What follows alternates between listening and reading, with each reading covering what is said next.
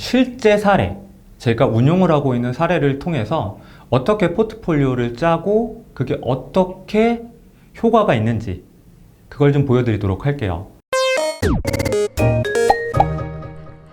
퇴직연금 수익률이 2%를 다 못 넘어요. 그래서 이분 같은 경우에는 지금 40대 후반이시고 그리고 좀 안정 투자 성향이세요. 그리고 매년 2% 정도 되는 수익률, 뭐 대한민국 뭐 90%가 그러니까 2% 되는 수익률을 갖고 계시다가 저한테 이제 얘기를 하신 거죠. 너무 수익률이 낮다.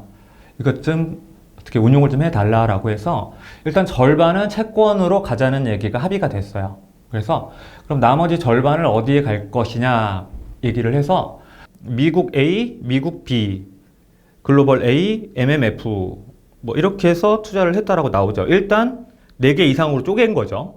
1040일 정도 지나서 수익률을 봤더니 35.1% 정도 수익률이 나온 거죠. 꽤 높은 수익률이죠. 근데 더 대단한 건 이 절반은 채권이었다는 거죠. 채권은 뭐 수익률이 많이 나봐야 뭐 2%대거든요. 그럼 이거를 주식으로 다 갔으면 70%가 넘는 수익률이 났겠죠. 근데 뭐 제가 운용을 되게 잘했느냐 아니면 펀드를 잘 치고 빠졌느냐, 저는 그렇게 펀드 운용하지 않아요. 한번 사면 보통 6개월에서 1년 정도는 그냥 두는 편이에요. 근데 그 당시 미국 주식이 계속 올라가고 있었고 그림 보시면 아시겠지만 400% 올랐어요. 10년 동안. 그리고 이분은 딱 그만큼 수익이 난 거예요. 그래서 이렇게 지금 주식을 설정하고 나서 그 빨간색 양이 더 커졌죠. 왜냐면 주식에서 수익이 나면서 주식의 금액이 더 커진 거예요. 총 금액이. 지금 59대 41로 채권이 더 줄어 있어서 이거를 다시 5대 5로 맞춰줬어요. 그때 왜 욕심이 안 나겠어요. 뭐 미국 시장도 더 오를 수도 있고, 그런데 수익을 확정져서 채권을 더 늘린 거잖아요. 이렇게 해서 갔는데 3월 초부터 무슨 일이 있었죠? 코로나 바이러스 사태가 있었죠. 그러면서 전 세계 주식이 곤두박질치기 시작했죠. 특히 미국 주식 같은 경우에도 그래프로 지금 보시는 것처럼 완전히 뭐 마리아나 해구처럼 이렇게 쑥 들어가 있거든요. 마이너스 37%까지 빠졌더라고요. 내가 1억 넣어놨으면 평가액이 3,700이 줄은 거죠. 그 해보신 분은 아시겠지만 그럼 가슴이 철렁철렁하죠. 이런 일이 꽤 많이 있었어요. IMF까지만 해도 안 가더라도 2008년 서브프라임 때 한번 있었고요. 2011년 소버린 리스크, 그리스 국가 부도 사태도 한번 있었었죠. 제가 이 카카오톡 내용을 읽어드릴게요. 작년 개인적으로 미국 주식에 버블이 있다고 판단해 채권 형태가 추천되었으나 이번 코로나 사태로 주가 조정이 되면 채권형의 25% 또는 50%까지 주식 경로 전환하여 추가 수익을 노릴 수 있다고 생각합니다. 이게 뭔 얘기예요? 작년에 채권 5천, 주식 5천으로 바꿨는데 지금 주식이 왕창 떨어졌으니까 채권 5천 그대로 있죠. 그러면 이거의 절반 2,500으로 주식을 사자.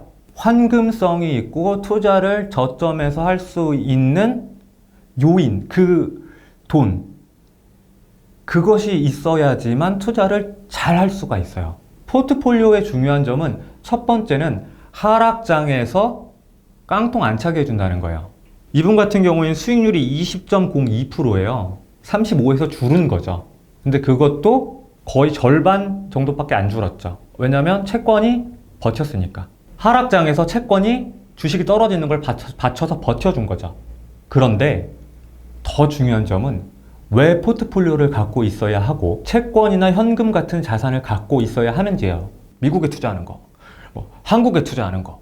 그러면 미국이나 한국이 망할 가능성은 적잖아요, 정말. 그러면 그때 낮을 때 다시 사거나 아니면 채권을 팔아서 계속 버티는 거죠. 주식은 들고 있고. 이런 형태로 위기를 겪어보시고 하락장을 크게 겪어보신 분들은 일부 수익을 포기하더라도 포트폴리오를 구성하는 거를 아주 당연하게 생각하시게 되죠. 근데 우리나라에서는 포트폴리오를 짜는 분이 그렇게 많지는 않은 것 같아요, 개인적으로.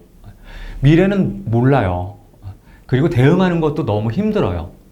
그렇다고 한다면 우리가 자산 배분을 해놔서 뭐 시나리오 A 상태, 시나리오 B 상태 정도로만 대응하는 게 저는 최선이라고 봐요.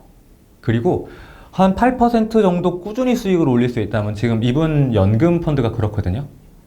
그 정도 수익률만 꾸준히 낼 수 있다고 한다면 더 수익률을 내기 위해서 단기 수익률, 뭐 올해 30%, 내년에 마이너스 20% 이렇게 수익률이 들쑥날쑥한 게 아니라 포트폴리오라는 걸 통해서 안정적으로 수익률을 뭐 플러스 6%씩만 계속 가져간다. 그래서 그 금액이 정말 커지게 됩니다. 마지막으로 제가 좀 말씀드리고 싶은 건 투자는 경험이 반드시 필요해요. 특히 청년분들 이런 분들 많으세요. 1,000만 원 예적금 모으고 좋아요. 3,000만 원 예적금 모으고 좋아요. 근데 그렇게 해서 1억까지 예적금으로 모으시는 분이 있어요. 일단 돈은 잘 모으셨죠. 근데 그 다음에 돈을 불리는 방법을 알려달라고 말씀을 하시는데 이때 제일 위험한 게 투자 경험이 없는 게 제일 문제예요. 그래서 저는 3천 정도 넘으면 적립식 펀드를 시작하시거나 아니면 일정 돈을 넣어놓고 투자를 하거나 포트폴리오를 짜시는 거죠. 아니면 연금 펀드, 소득 공제되는 연금 펀드 있죠. 보통 한 두세 개 정도만 쓰세요. 그리고 본인 퇴직연금, IRP라든가 DC라든가 펀드를 볼 수 있는 사이트 FOSS, 그 FOS라는 사이트에 가시면 얼마든지 펀드를 좀 많이 보실 수가 있어요. 오늘 뭐 사례 관련돼서 좀 얘기가 많았는데요. 포트폴리오는 경험이 필요합니다. 100만 원을 가지고 포트폴리오를 짜지 못하는 사람은요, 1억을 가지고도 포트폴리오 운용을 할 수가 없어요. 돈의 액수보다 경험과 원칙이 더 중요한 게 포트폴리오니까요. 오늘 수고 많으셨습니다.